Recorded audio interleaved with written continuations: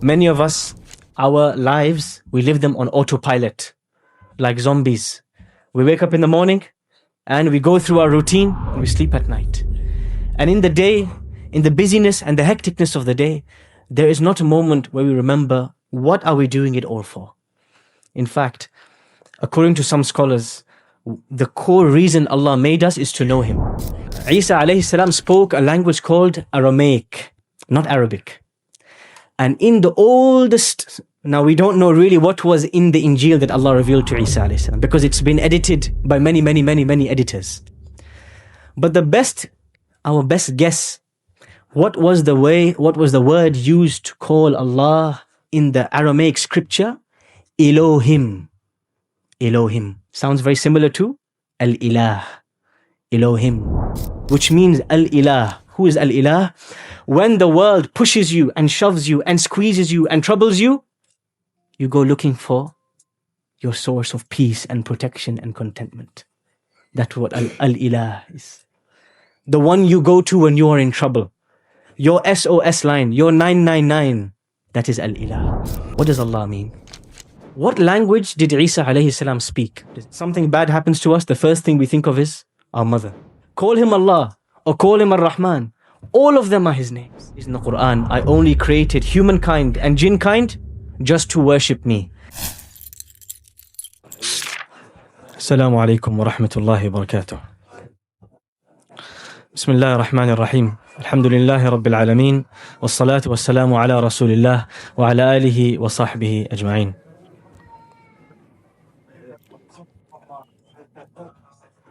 Jazakumullahu khairan everybody for attending this session and the start of this series on one of the greatest topics and the greatest subjects that anybody could ever study. And that is the subject of Allah Subhanahu wa ta'ala. And there is no greater thing to study, there's no greater subject to study, nothing greater we can understand beyond Allah Subhanahu wa ta'ala. Allah Subhanahu wa ta'ala says in the Quran, وَلِلَّهِ الْأَسْمَاءُ الْحُسْنَى فَادْعُوهُ بِهَا. And to Allah belong the most beautiful names.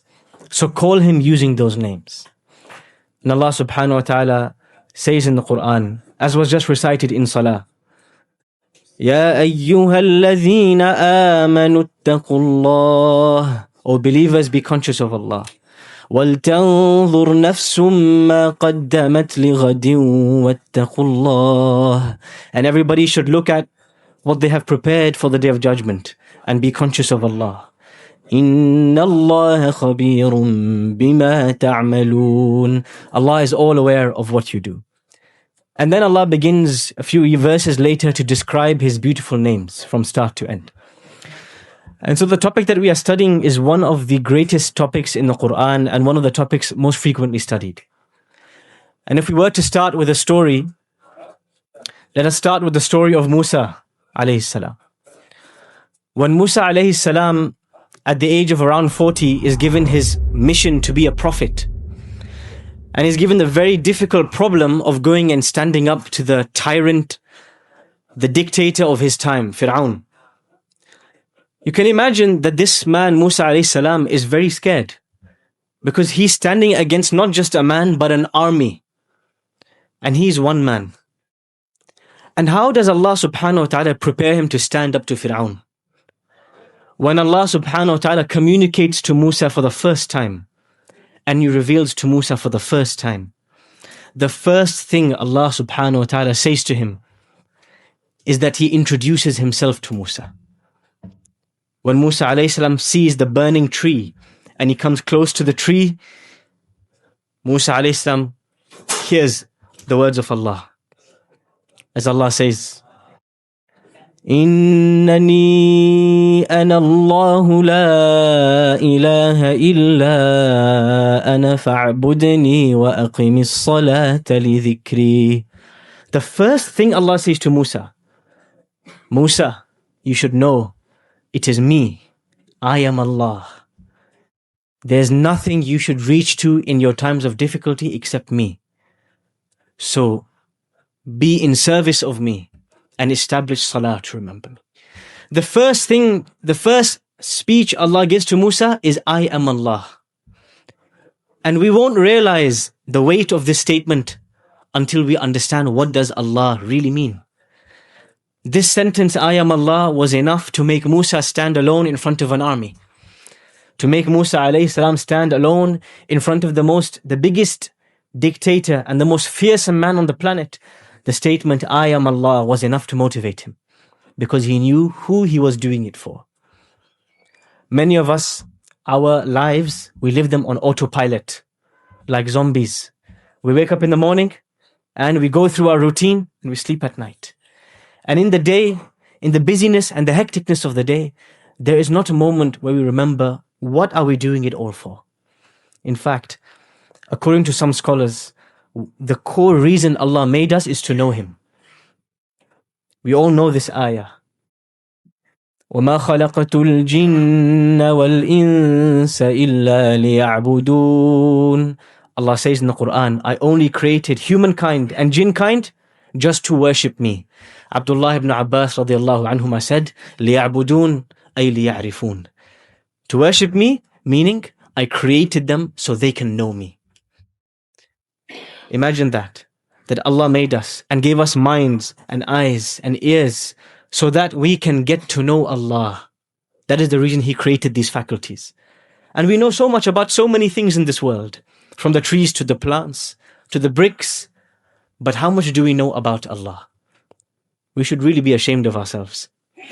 And this is why when the Prophet ﷺ asked one of his companions, Ubay ibn Ka'b, he asked him, what is the greatest ayah in the Quran? This is a very difficult question. The Quran has so many verses, and they're all great verses. How can you choose one?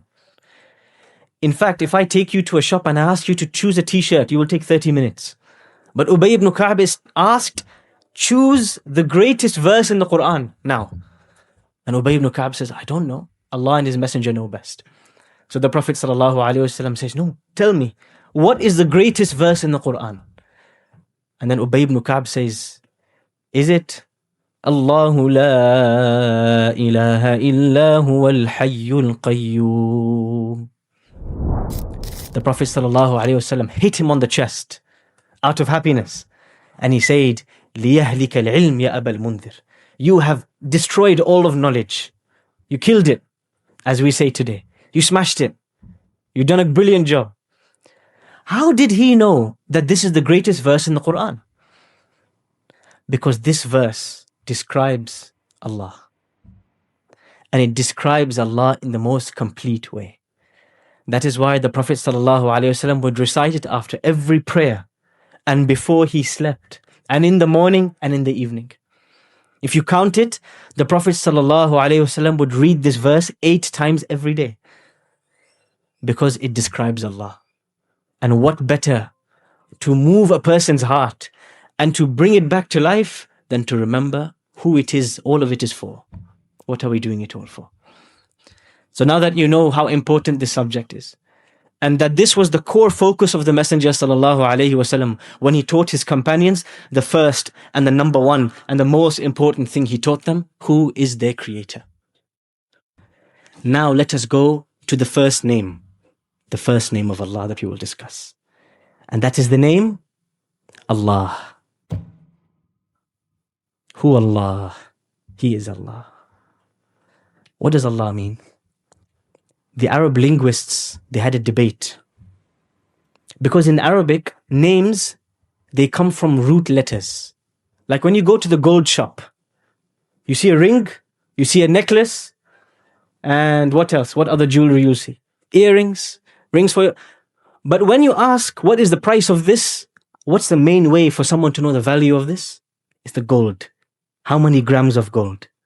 In the end, all of these things are different forms, different shapes, but in the end, it comes back to gold. Like this, in Arabic, there are words. Daraba, he hit. Darib, he's a beater. Madroob, someone who was beaten. So in Arabic, the way words work, it's not like that in English. You have root letters and many words come out of that. Semitic languages are like this. Hebrew, Persian, Urdu, Arabic, they are like this. They have root letters and many words are coming out of this. Think of it like gold And then you have rings and you have bracelets and you have necklaces, so many different forms. Each one is beautiful in a different way, but it has the same source. Now Allah. This is one type of word. Words, they have a source. They come from specific letters. There's another type of word in Arabic. It's a proper name. It's not taken from anything. Like for example, Manchester. Does Manchester have some root letter? No, that is the name of the city. It wasn't taken from anything else. That is a proper name of the city, Manchester. Mexico is the name of the city. It wasn't derived from Basra in Iraq. Now, Basar means eye. Does the city of Basra have anything to do with the eye? No, there's no relation. There's no link. It's just a name. So this is what the scholars, the Arabic scholars of the Arabic language, they had a disagreement. Allah, is that the proper name of Allah? His actual name? Or does it come from some root letters? Al-Ilah, the Ilah. We'll describe what is Ilah later. The majority of scholars went to the opinion that it is derived. This name comes from Al-Ilah, not the proper name of Allah. And they had a number of evidences for this. But one interesting evidence that I can share with you. Think about it. The Quran is in Arabic. The Arabs knew the name Allah before the Quran came. The Arab poets, the Jahili poets, before Islam, before the Prophet Muhammad sallallahu alaihi wasallam, they were saying the word Allah. Yes? But before, didn't Allah reveal books to other prophets? What language did Isa alayhi salam speak? Does anybody know? Yes. Aramaic. Very good. Masha, what's your name? Hudayfa. May Allah make Hudayfa from the scholars. Say Ameen. Ameen. This name, Isa alayhi salam spoke a language called Aramaic, not Arabic. And in the oldest, now we don't know really what was in the Injil that Allah revealed to Isa alayhi salam, because it's been edited by many editors. But our best guess, what was the word used to call Allah in the Aramaic scripture? Elohim. Elohim. Sounds very similar to Al-Ilah. Elohim. Other words in the Hebrew Bible, they use the word Yahweh or Eli. Similar, comes from similar root, Al-Ilah. And so this is why many scholars, they said that Allah comes from the words Al-Ilah. And when the Aramaic or the Hebrew or the other people spoke to Allah, they didn't use the word Allah, they used Elohim, they used Eli, they used other words, but it means the same thing. Other scholars in Islam, they said no, Allah is His name and everybody called Him Allah, and they have their evidences. We're not going to go into this because you'll all go to sleep. But the majority of scholars, including Sibawayh, Ibn Qayyim, Al-Raghib, Al-Isfahani, Al-Farahidi, many Arabic language scholars, they said Al-Ilah. Now we come to this. What does Al-Ilah mean? So we know what is Allah. Al-Ilah. We know Al in Arabic means what? The. But what does Ilah mean? This is now we have come to the gold. We've taken the jewelry apart, we've melted it, we come to the gold, the source. Ilah. What does Ilah mean? Yes. Sorry? A God. Yes. A God. You were scratching your head, weren't you? You didn't have your hand up. So, guess, go on. The one who's being worthy of worshipped. Now, all the English translations will tell you Ilah means the one worthy of worship. So Allah means the one worthy of worshipped. No, Habibi. The word is much more deeper than this. The English translation killed it. It destroyed it. If I tell you Mexico is a country, that's it. Yani, it's nothing interesting there. It's a country. Allah, Al-Ilah, Ilah. The scholar said it has two possible root letters.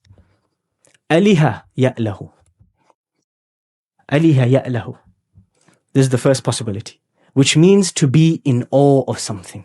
You know when you say this is awesome, to be amazed, tahayyara, to be amazed by something. So Allah, Al-Ilah, He is the most amazing. The one who makes your jaw drop when you know who He is. He fills you with fear and with awe and with respect. This is the first meaning of al-ilah. Aliha ya'la. Then you have another meaning.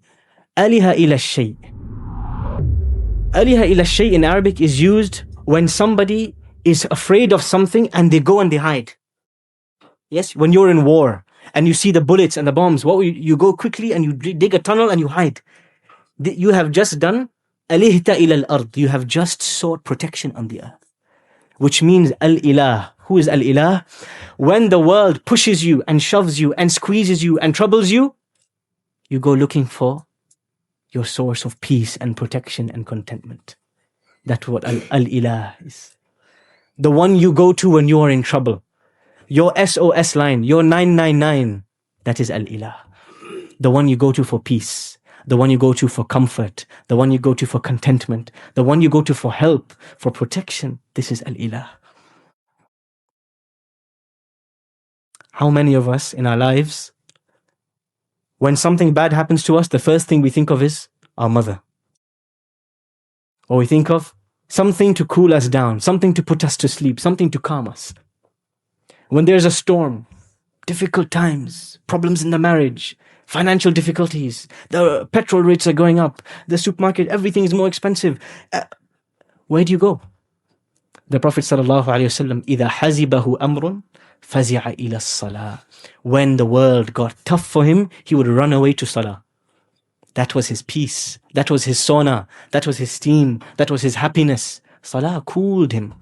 That is what al-ilah, the one you go to find peace and cool when everything gets hot and difficult.